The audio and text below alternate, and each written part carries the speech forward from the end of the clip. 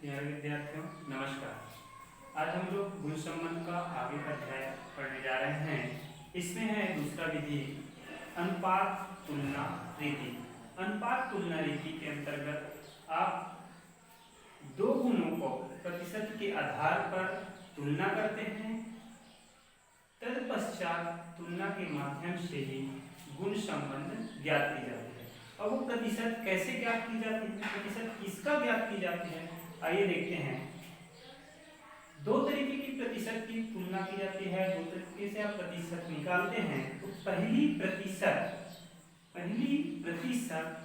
B की ए में capital, पहली प्रतिशत आप निकालेंगे कैपिटल बी की कैपिटल ए में। फॉर्मूला क्या हो जाएगा, आप किस में निकाल रहे हैं, कैपिटल ए में, तो कैपिटल ए कहाँ आ जाएगा, नीचे आ जाएगा। तो capital A into capital B upon capital A में निकाल रहे हैं आप इंटू 100। इसका परसेंटेज आपका निकल आएगा। दूसरा प्रतिशत है आपका, दूसरी प्रतिशत कैपिटल बी की कैपिटल स्मॉल ए में। दूसरी प्रतिशत कैपिटल बी की स्मॉल ए में। इसका फॉर्मूला सेम इसमें जैसे आपने कैपिटल ए लगाए थे, यहाँ पे स्मॉल ए, तो small A into capital B upon small A into 100। जब दोनों प्रतिशत आप निकाल लेंगे तब आप इनका कंपेयर करेंगे और कंपेयर के माध्यम से आपको तीन तरीके से किसी भी एक का आंसर निकालने में सुविधाएं होंगी। जो तीन इस तरीके से हैं, यदि दोनों प्रतिशत बराबर हो तो, दोनों प्रतिशत, एक पहली प्रतिशत एक दूसरी प्रतिशत, यदि दोनों प्रतिशत बराबर हो तो गुण संबंध का अभाव होगा, अर्थात अभाव माना जाएगा, गुण संबंध स्वतंत्र माना जाएगा। दोनों में कोई गुण संबंध है ऐसा माना जाएगा। इसके लिए सूत्र क्या होता है, capital A capital B upon A into 100, यही फॉर्मूला है। बराबर होता है, ये बराबर है अर्थात बराबर है small A capital B upon small A into 100। तो क्या हो रहा है, यहाँ पे गुण संबंध का अभाव है, यहाँ पर दोनों स्वतंत्र है। दूसरा फॉर्मूला लगता है, यदि कैपिटल बी का कैपिटल ए में प्रतिशत, ध्यान दीजिए, यदि कैपिटल बी का कैपिटल ए में प्रतिशत कैपिटल बी के स्मॉल ए में प्रतिशत से अधिक है तो, अर्थात पहली प्रतिशत दूसरी प्रतिशत से अधिक है तो धनात्मक गुण संबंध माना जाएगा। सूत्र के माध्यम से आपको स्पष्ट है, ये पहली सूत्र है आपकी, यही सूत्र है, पहली सूत्र है। ये ग्रेटर है, बड़ा है किससे, दूसरी सूत्र, दूसरी प्रतिशत का जो फॉर्मूला है small A capital B upon small A into 100। इस कंडीशन में आपका धनात्मक गुण संबंध होगा, अर्थात यदि कैपिटल बी का स्मॉल ए में प्रतिशत कैपिटल बी के स्मॉल ए के प्रतिशत से अधिक है तो धनात्मक गुण संबंध माना जाएगा। अब तीसरा फॉर्मूला क्या होगा, आप इस फॉर्मूले के माध्यम से तीसरा फॉर्मूला आसानी से लिख सकते हैं। यहाँ पर जस्ट अपोजिट हो जाएगा, किस कंडीशन में, यदि कैपिटल बी का कैपिटल ए में प्रतिशत कैपिटल बी के ए में प्रतिशत से कम है तो, अधिक की जगह पे यदि कम आ जाता है तो दोनों गुणों में क्या हो जाएगा आपकी ऋणात्मक गुण संबंध, ऋणात्मक गुण संबंध हो जाएगा और फॉर्मूला जस्ट अपोजिट हो जाएगा। तो ये होगा capital A capital B upon capital A into 100 less than small A capital B upon small A into 100। कौन सा गुण संबंध होगा ये, ऋणात्मक गुण संबंध। देखिए, इन तीनों में से किसी भी एक के माध्यम से आप ये निष्कर्ष निकाल सकते हैं कि यह गुण संबंध का अभाव है, गुण संबंध में कि धनात्मक गुण संबंध है या ऋणात्मक गुण संबंध है। इस तरीके से तीनों में से कोई भी एक आपके समक्ष प्रस्तुत होगी। अब इसके पहले आपने जो सवाल बनाए थे उसमें स्पष्ट रूप से नववर्ग सारणी का प्रयोग करते हुए सवाल बना लिए थे, लेकिन इस मेथड का उपयोग आप कब करेंगे? यस, सबसे बड़ा क्वेश्चन मार्क होता है जब आप गुण संबंध सवाल बनाते हैं तो कैपिटल ए क्या लिया जाए, स्मॉल ए क्या होगा, कैपिटल बी क्या लिया जाए और स्मॉल बी क्या होगा। देन दूसरी जब आप आगे बढ़ते हैं सवाल में तो हमारा मेथड आ जाता है। तो हम पहला मेथड तो सिंपल था जिसमें आपको मिसिंग फ्रीक्वेंसी भी निकाल सकते हैं और सिंपल क्वेश्चन का कुछ ज्यादा नहीं था, लेकिन इसमें आपको स्पष्ट रूप से क्वेश्चन में या तो अनुपात तुलना रीति का प्रयोग करने के लिए बोलेंगे। दूसरा, आपने देखे हैं कि कोई समस्याएं आती है, जब कोई बीमारी आ जाती है तो उस बीमारी को दूर करने के लिए या तो टीका लगाया जाता है या इलाज किया जाता है। इस संबंध में यदि कोई आपको क्वेश्चन पूछा जाता है, टीका लगाने पे मलेरिया का ना होना,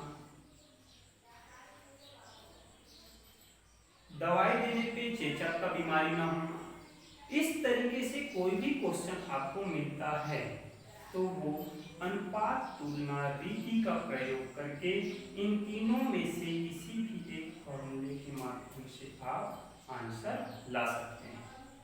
आइए चलते हैं कुछ सवाल इसके संबंध में। आप ध्यान रखिएगा कि अनुपात तुलना रीति का प्रयोग कब करना है। अनुपात तुलना रीति का प्रयोग तभी करेंगे जब आपको स्पष्ट रूप से इस मेथड का जिक्र किया हो, या दूसरा किसी दो तरीके से आपको हो सकता है कोई बीमारी से संबंध में आपको कंक्लूजन पूछा जाए। देखते हैं सवाल इसके माध्यम से।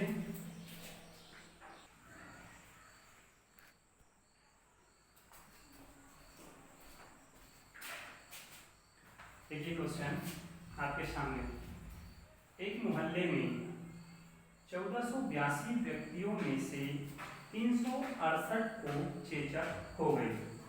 क्या बोल रहा है? एक मोहल्ले में 1482 व्यक्तियों में से 368 को चेचक हो गई। 1482 व्यक्तियों में से 343 को टीका लगाया गया। आगे बोल रहा है 1482 व्यक्तियों में से 343 को टीका लगाया गया था और इनमें से 35 को चेचक हो गई। क्या टीका लगाना चेचक की बीमारी को रोकने हेतु उपयुक्त विधि है? देखिए, अभी आपको मैंने बताया था कि अनुपात तुलना रीति में या तो डायरेक्ट रूप से अनुपात की तुलना रीति का क्वेश्चन पूछेगा, सीधा मेथड पे ही पूछेगा, या तो आपको इस तरीके से टीका लगाना चेचक की बीमारी को रोकने के लिए उपयुक्त विधि है, या कुनैन दी गई बीमारी नहीं हुआ, या कुनैन नहीं दी गई बीमारी हुआ।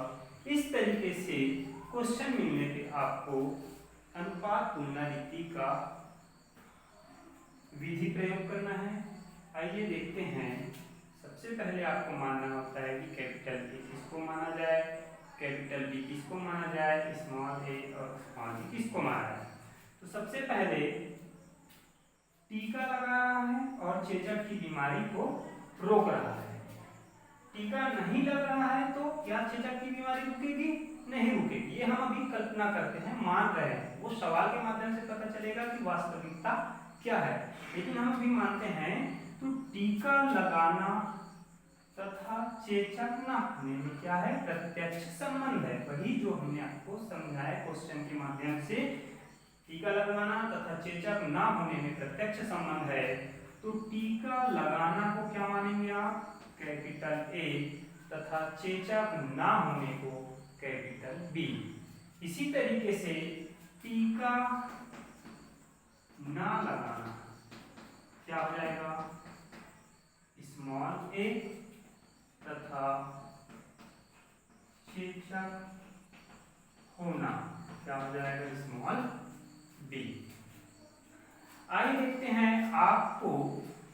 ए और बी के माध्यम से इन सवालों को मान रखेंगे, जिससे आप अज्ञात आवृत्ति 9 वर्ग सारणी के माध्यम से निकालते हैं।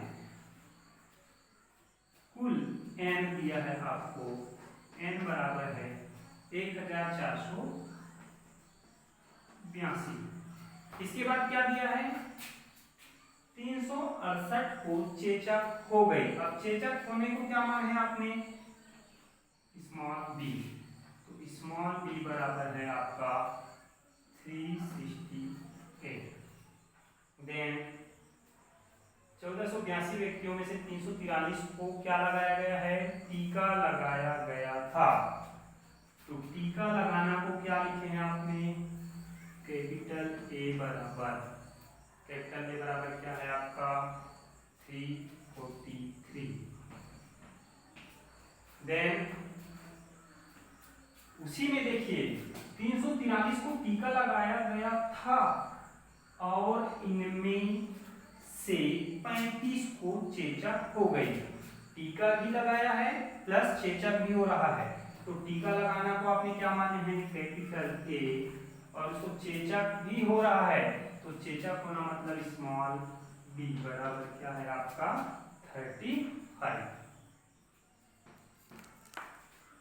जब इस तरह के मान आ जाते हैं आपके पास, तो आपके 9 वर्ग सारणी के माध्यम से आप सरलता के साथ अज्ञात आवृत्ति निकाल लेते हैं। आइए 9 वर्ग सारणी आप कैसे बनाते हैं, 9 स्क्वायर टेबल के माध्यम से आप मिसिंग आवृत्ति को, मिसिंग फ्रीक्वेंसी को निकाल लेंगे। ये हो जाएगा capital A small A, capital B small B, ये N total capital A small A, ये हो जाएगा आपका एन। इस तरीके से capital B small B, N. आपको पहले से पता है कैपिटल ए कैपिटल बी दोनों का मल्टीप्लाई, तो क्या कैपिटल ए कैपिटल बी है, नहीं है। क्या क्या है आपके पास, एन है 1482। देन स्मॉल बी है आपका 368, ये है 368। Then capital A 343, capital A small B, capital A small B, capital A क्या है, ये है स्मॉल बी 35।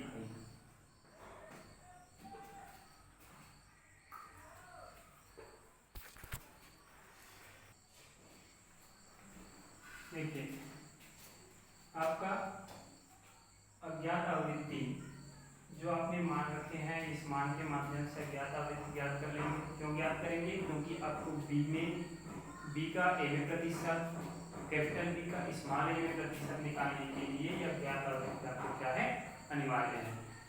ध्यान दीजिए, इसमें capital N, capital A small A plus होता है, तब जाके आपका 1482 बनता है। अभी दोनों का डिफरेंस कितना हो जाएगा,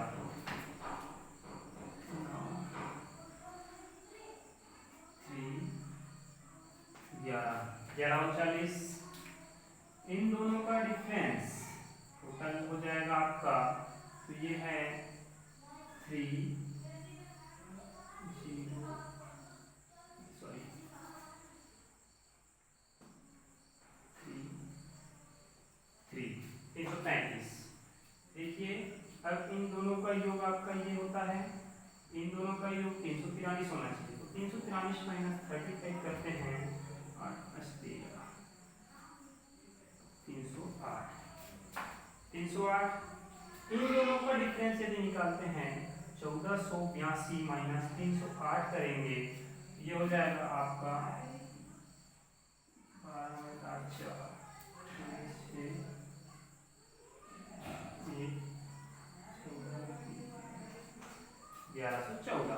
अब क्या बचा आपका, इन दोनों का टोटल भी 1114 होता है। तो 1114 माइनस 308 हो जाएगा आपका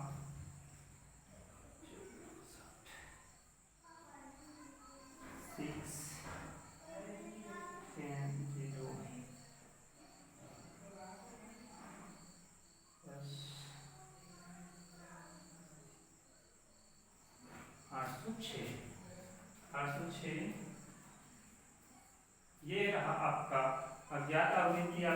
निकाल लिए हैं। कैपिटल ए कैपिटल बी बराबर 308, स्मॉल ए कैपिटल बी बराबर 806, कैपिटल बी बराबर 1114, कैपिटल ए स्मॉल बी बराबर 35, स्मॉल ए स्मॉल बी बराबर 333, स्मॉल बी का मान है आपका 368।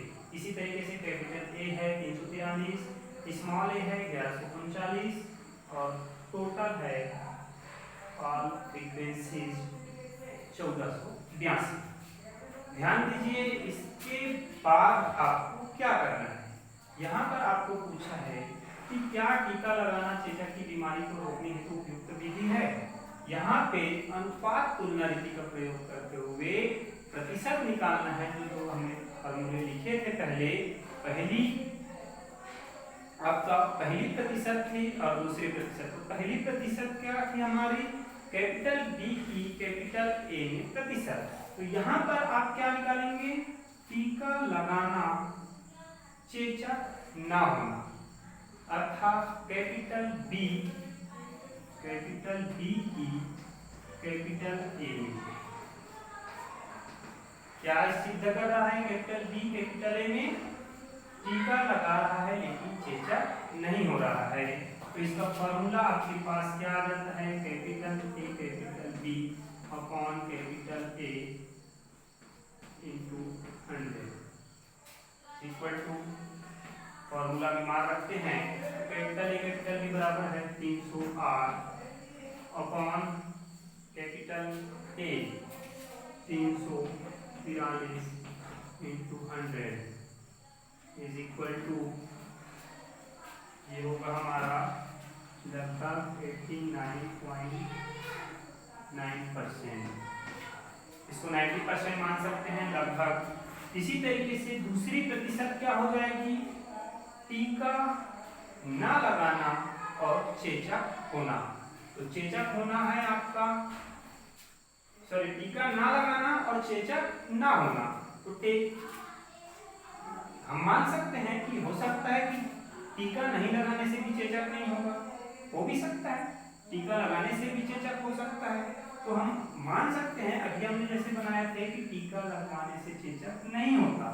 इसी तरीके से कैपिटल बी की स्मॉल ए में ये क्या बता रहा है आपका, स्मॉल ए टीका नहीं लगाना लेकिन चेचक भी नहीं होना। तो ये क्या है, small A capital B upon small A into 100 बराबर, फॉर्मूला में मान रखे तो स्मॉल ए कैपिटल बी क्या है 806, देन स्मॉल ए क्या है 1139 इंटू 100, ये हो जाएगा आपका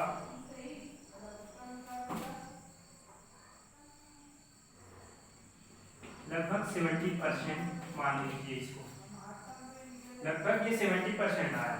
अब आप यहाँ पे निष्कर्ष निकालते हैं, आपको पूछा है कि क्या टीका लगाना चेचक की बीमारी को रोकने हेतु उपयुक्त विधि है। तो आप ये बता सकते हैं कि वास्तविकता क्या है, टीका लगाना चेचक की बीमारी को रोकने हेतु आ रहा है 89.9%। दूसरा निकाले हैं कैपिटल बी की स्मॉल ए में टीका नहीं लगाना चेचक नहीं होना का प्रतिशत है 70%। तो हमको ये सिद्ध होता है, ये साबित हो जाता है कि वास्तव में टीका लगाना चेचक की बीमारी को रोकने का उपयुक्त विधि है। अर्थात ये क्या है, धनात्मक गुण संबंध है, ऋणात्मक गुण संबंध है या गुण संबंध का अभाव है। तो यहाँ पे आपका धनात्मक गुण संबंध को दर्शाता है। क्यों? क्योंकि आपने माने थे कि टीका लगाना अर्थात चेचक की बीमारी को रोकने का उपयुक्त विधि है, ये आपने माने थे। तो वही स्पष्ट होता है कि टीका लगाना चेचक की बीमारी को रोकने हेतु उपयुक्त विधि है, अतः यह धनात्मक गुण संबंध को दर्शाता है। ये है हमारा अनुपात तुलना रीति के माध्यम से सवाल। आगे की सवाल आप इसी तरीके से मान रख सकते हैं। ध्यान रहे कैपिटल ए कैपिटल बी क्या मानना है, देन अज्ञात आवृत्ति ज्ञात करने के लिए ये पूरे टेबल आपको अच्छे से आने चाहिए। आज का सवाल आगे कल और बताते हैं। Thank you.